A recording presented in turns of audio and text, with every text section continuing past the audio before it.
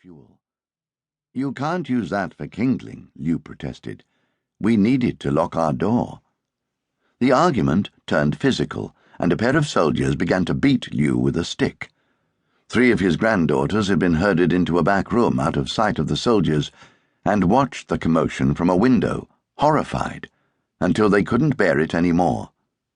Pei Fu, the oldest one still at home, newly graduated from a Methodist boarding school, instructed Pei Yu, not yet a teenager, to run into the village and fetch the elders.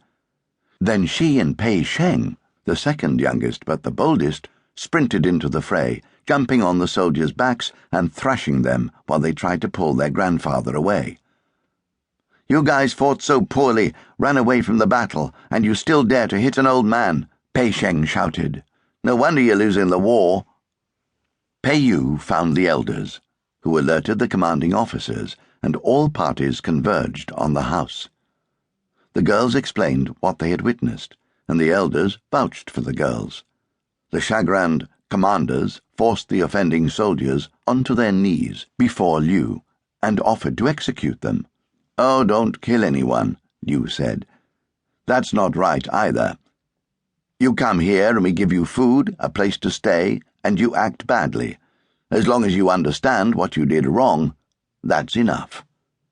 He made them kowtow and apologize, and for the rest of their stay, the soldiers didn't even dare to touch the firewood left out for them without first asking. "We're afraid of what the 3 tigresses might do," they said. My great-great-grandfather was not naive about war. In midlife, he had witnessed the end of dynastic China and the birth of a republic, when revolutionaries overthrew the Qing monarchy in 1911, ending more than 2,000 years of imperial rule. 10 years before the Japanese encroached, Chiang Kai-shek's campaign against local warlords had swept through the area, followed by sporadic skirmishes between Chiang's nationalists and the upstart communists. Each time Feng Liu Yun San, the winds flowed and the clouds scattered, the crisis passed. Liu's wealth and land holdings continued to grow. Still, his blood curdled from the reports of Japanese soldiers Sha-Ren-Ro-Ma killing people like scything grass in occupied cities. He especially feared for the granddaughters still living with him at home. Most of the village men of fighting age had already left home, eager to avoid death by the Japanese or, worse, conscription into the Chinese army. Liu was a widower in his 70s and could hardly be counted upon to protect his family. As he debated whether to flee everything he had spent a lifetime achieving, he must have wondered if perhaps this time things would not return to normal. His eldest granddaughter, my grandmother, was safe, ensconced in neutral Macau, as a high school chemistry teacher at a missionary school. He allowed Pei Fu, the second oldest and my grandmother's middle sister, to marry into a family he despised, figuring a woman wedded to a good-for-nothing was still safer than remaining unmarried during wartime.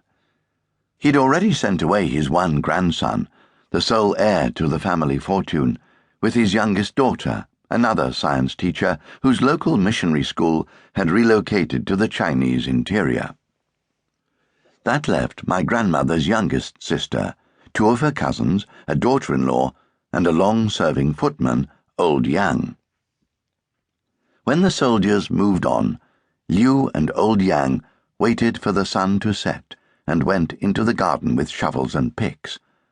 Over the next few nights, they removed a patch of flax and dug a large hole deeper than a man was tall and as wide as a bedroom, and lined the walls with bamboo shelving.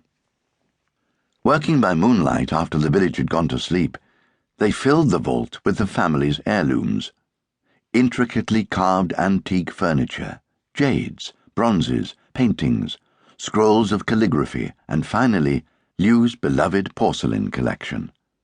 Vases of every shape and size, painted tiles of Chinese landscapes, hat stands, figurines of Fu Lu Shu, the trio of Buddhist gods that represented good fortune, longevity, and prosperity, decorative jars, plates, and bowls,